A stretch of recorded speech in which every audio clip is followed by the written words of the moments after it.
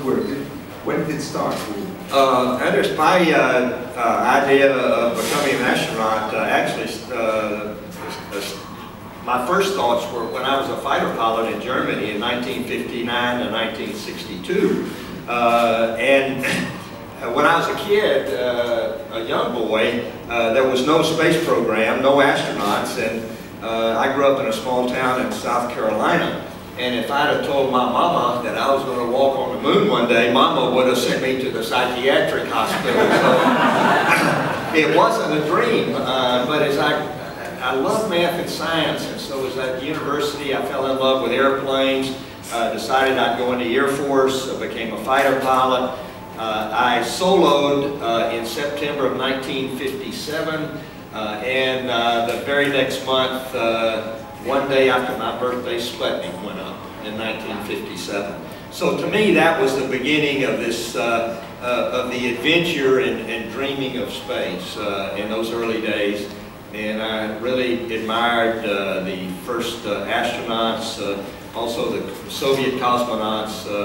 I thought the early days they were great and still are, and then now it's all worldwide. And so you're an example of that. I'm glad that I was able to encourage you. Like many other people. So you applied, you got in, and now you're an Air Force pilot. You for sure had some sea survival training, but then during your training you volunteered, I guess, for a test and for how the capsule would float, the Apollo capsule.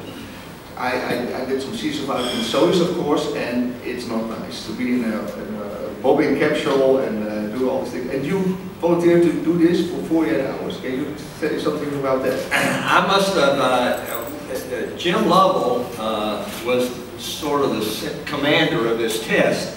And the test was to see if we landed way off course in the water, could we survive for 48 hours in the command module until they could come rescue us. That was the idea. So they took us out into the Gulf of Mexico, and Lovell came to me and to